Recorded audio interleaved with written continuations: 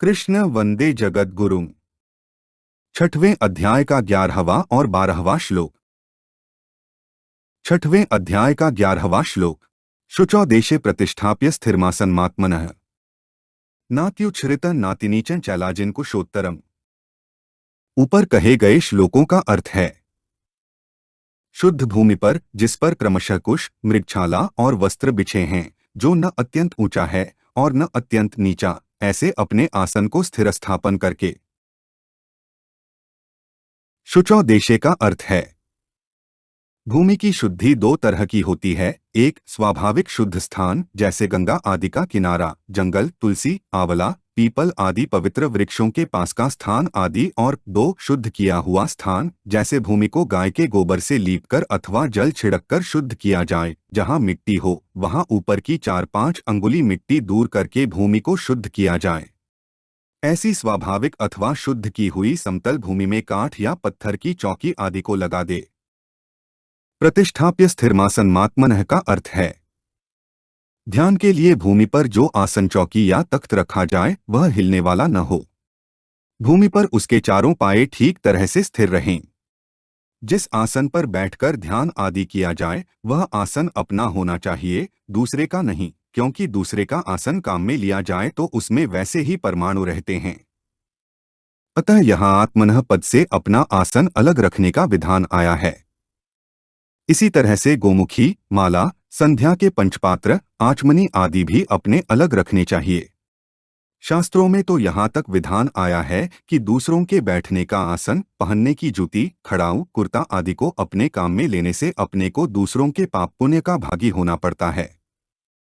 पुण्यात्मा संत महात्माओं के आसन पर भी नहीं बैठना चाहिए, क्योंकि उनके आसन, कपड़े आदि को पैर से छूना भी उनका निरादर करना है, अपराध करना है।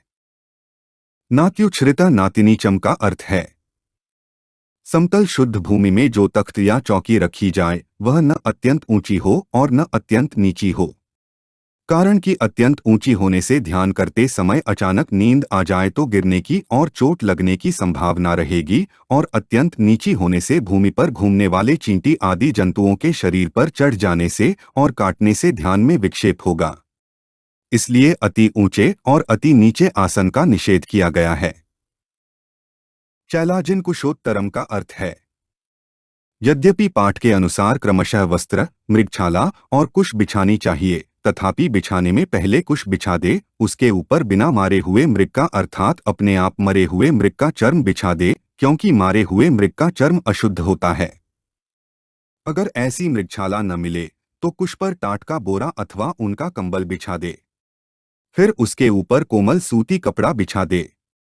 वाराह भगवान के रोम से उत्पन्न होने के कारण कुश बहुत पवित्र माना गया है, अतः उससे बना आसन काम में लाते हैं। ग्रहण आदि के समय सूतक से बचने के लिए अर्थात शुद्धि के लिए कुश को पदार्थों में, कपड़ों में रखते हैं। पवित्री, प्रोक्षण आदि में भी इसको काम में लेते हैं। अतः भगवान ने कुश बिछाने के लिए कहा है। कुश शरीर में गड़े नहीं, और हमारे शरीर में जो विद्युत शक्ति है वह आसान में से होकर जमीन में न चली जाए, इसलिए विद्युत शक्ति को रोकने के लिए मृगछाला बिछाने का विधान आया है। मृगछाला के रोम रोए शरीर में न लगें और आसन कोमल रहे, इसलिए मृगछाला के ऊपर सूती शुद्ध कपड़ा बिछाने के लिए कहा गया है। अगर मृगछाला की जगह कंबल या टाट हो तो वह गर्म न हो जाए, इसलिए उस पर सूती कपड़ा बिछाना चाहिए। छठवें अध्याय का 12वां श्लोक। तत्रैकाग्रं मनः कृत्वा यच्चित्तेन्द्रियक्रियः उपविश्यासने युञ्ज्याद्योगमात्म विशुद्धे। ऊपर कहे गए श्लोकों का अर्थ है, उस आसन पर बैठकर चित्त और इंद्रियों की क्रियाओं को वश में रखते हुए मन को एकाग्र करके अंतःकरण की शुद्धि के लिए योग का अभ्यास करे। तत्र आसने का अर्थ है, जिस आसन पर क्रमशः कुश, मृगछाला और वस्त्र बिछाया हुआ है, ऐसे पूर्व श्लोक में वर्णितासन के लिए यहाँ तत्र आसने पद आए हैं। एकाग्रं मनः कृत्वा का अर्थ है, मन को एकाग्र करे अर्थात मन में संसार के चिंतन को बिल्कुल मिटा दे। इसके लिए ऐसा विचार करे कि अब मैं ध्यान करने के लिए आसन पर बैठा हूँ। यदि इस समय मैं संसार का चिंतन करूंगा तो अभी संसार का काम तो होगा नहीं और संसार का चिंतन होने से परमात्मा का चिंतन ध्यान भी नहीं होगा।